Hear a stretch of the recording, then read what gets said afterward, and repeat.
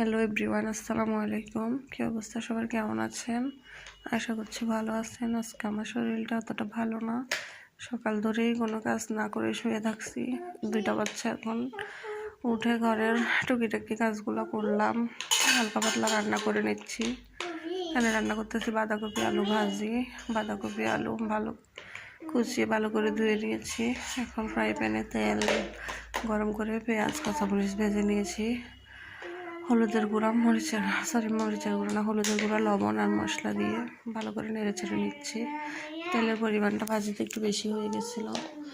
আমার হাজব্যান্ড অত বেশি তেল পছন্দ করে না, ভুলে পড়ে গেছে, কি করার।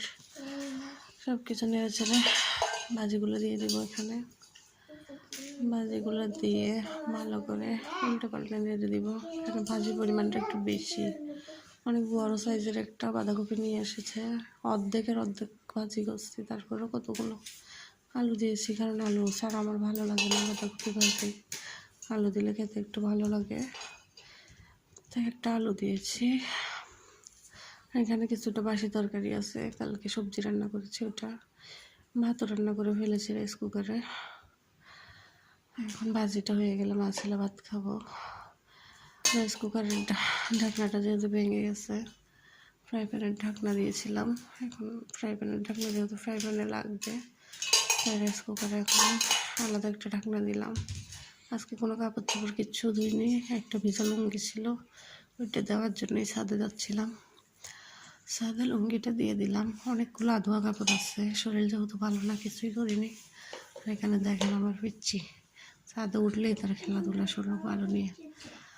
তাই একটা লুঙ্গি দিয়ে রুমে চলে আসতেছে, যেহেতু চুলা জ্বলতেছে। দরজাও খোলা রেখে গেছি, কখন কে ঢুকে বলা যায় না। আমরা তো এখানে ভাড়া বাসায় থাকি।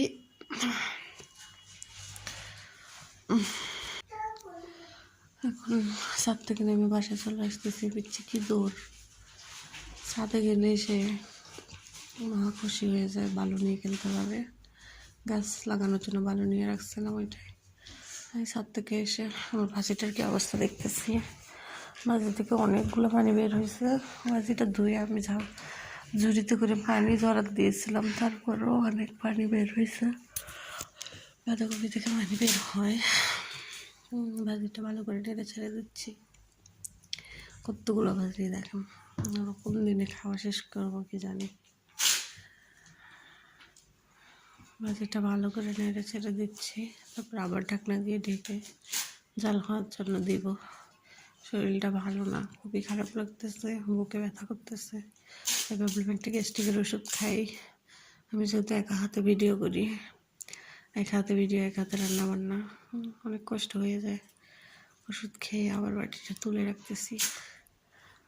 আজকে একটু বেড়াতে যাওয়ার কথা ছিল, অসুস্থতার কারণে যেতে পারিনি। শরীর বেশি খারাপ লাগতেছিল, শুয়েছিলাম, কোনো কাজই করিনি। 2টার দিকে উঠে কাজ শুরু করলাম, কাপড়ও ধুইনি। এই ভাজিটা আবার নেড়ে ছেড়ে দিচ্ছি। এখন এখানে একটা টমেটো কুচি দিয়ে দেব। সব কিছুতে আসলে ভাজি বলেন, রান্না, তরকারি, সব কিছুতে আমার টমেটো কেন যেন খুব ভালো লাগে। টমেটো একটা দিয়ে আবার নেড়ে ছেড়ে দিচ্ছি টমেটোটা সিদ্ধ হওয়ার জন্য। মা ছেলে ভাজি হতে হতে প্রায় 3টা বেজে গেছে। ভাজিটা আরও বেশি ভাজা ভাজা হওয়ার কথা ছিল, কিন্তু সময় নেই, খিদা লাগছে ছেলের, ওকে ভাত খাওয়াইতে হবে, সেজন্য অত বেশি ভাজা ভাজা করলাম না। ভাজি যেহেতু অনেকবারই জাল দেওয়া হবে, জাল দিতে দিতে হয়ে যাবে ভাজা ভাজা, সেজন্য আর করতেছি না। ঢাকনা দিয়ে আবার ঢেকে দিলাম। এই তো আমার ভাজিটা রেডি হয়ে গেছে। মাছ হলে ভাত খেয়ে নেব ভাজি দিয়ে। গরম গরম ভাত আর গরম গরম ভাজি খেতে দারুণ হয়। সবাই ভালো থাকবেন, সুস্থ থাকবেন। আমার ভিডিওটি যদি ভালো লেগে থাকে লাইক কমেন্ট শেয়ার করে দেবেন। আল্লাহ হাফেজ।